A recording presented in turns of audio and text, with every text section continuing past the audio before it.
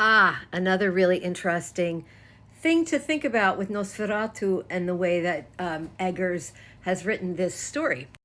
Manifestation is something that a lot of people do as their main spiritual practice.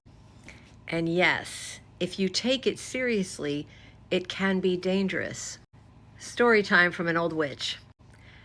Back in my 20s, I was a practicing Wiccan, and I was not really being mentored by any particular coven or group.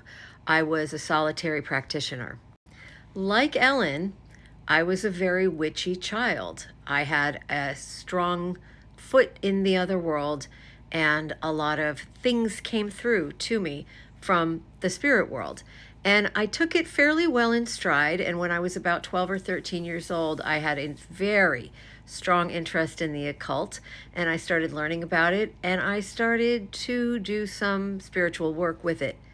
Bad idea. Pre-adolescent, well, no, actually, I was already menstruating, so I was fully in adolescence, and I don't really want to tell the full story here, but I did call in a dark energy, a shadow energy, possibly a demonic and satanic energy.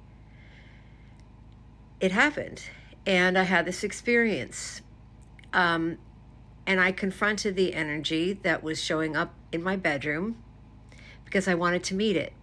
Curious children, curious, deeply soulful, spiritual children will do that.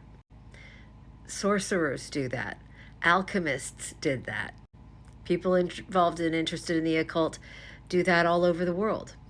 So I had a conversation with this entity, and I told it that I was not going to be giving my life to it because it wasn't creative, because it was icy cold. And what I sensed about this energy is that it was a taking and destroying type of entity, deeply, deeply intelligent, ancient, pervasive, but that we were not going to be kikiing together. Henceforth, I was very careful to shut that door. Later, I became, as I said, a practicing Wiccan, and I evolved. And then I went mainstream, or I went establishment, and I became ordained clergy, and I have been so for the past 30 years. My early exploration of the shadow side has been of tremendous, tremendous benefit in my ability to deal with and remain present to and remain spiritually grounded in the face of a whole lot of things. If you work with human beings, you know that you will eventually see some truly terrible and frightening things. You will also become privy to the shadow side of many people who are walking around holding some terrible secrets. So I'm glad you brought this up, that Ellen manifested the Count coming to her. Is she to blame for this? No, absolutely not. This is part of what it means to be human, and especially if you are a spiritually sensitive person. And she was in so much pain, and she had been so clearly, obviously rejected by a repressive father, and there's disagreement about whether or not the father was committing incest with her and all of that. We don't know, but what we do know is that he was very rejecting of her nature. And notice how many times in the screenplay Ellen stands up for her own nature.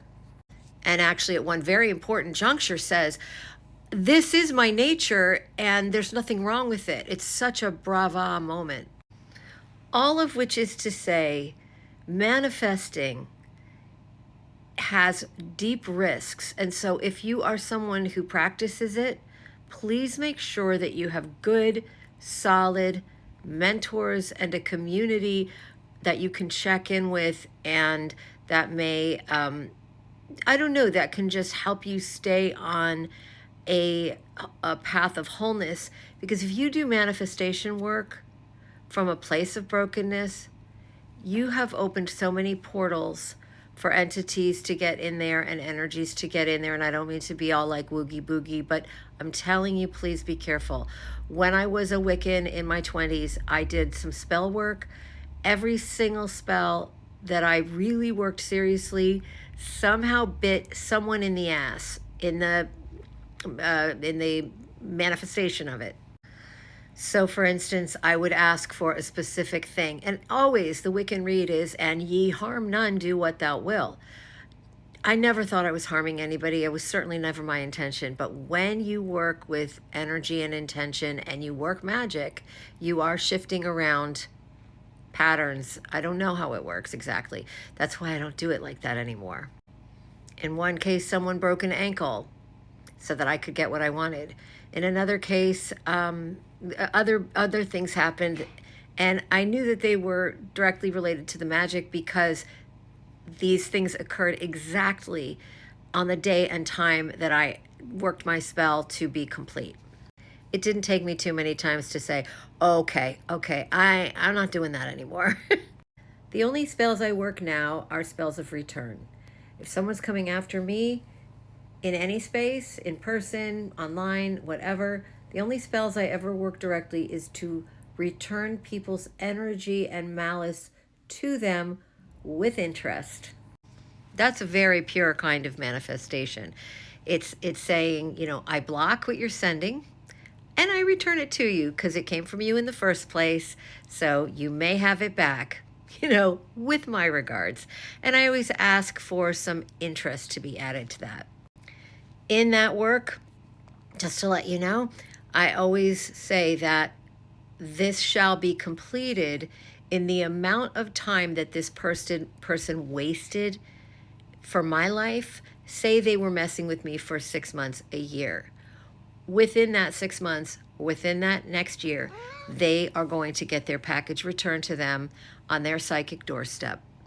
I mark it on my calendar and I watch. Thank you to my angels, my guides, my ancestors, my protectors, and my helpers for always making sure that those packages get delivered with full interest into the hands of those to whom that energy belongs. Have a magical day. Bye.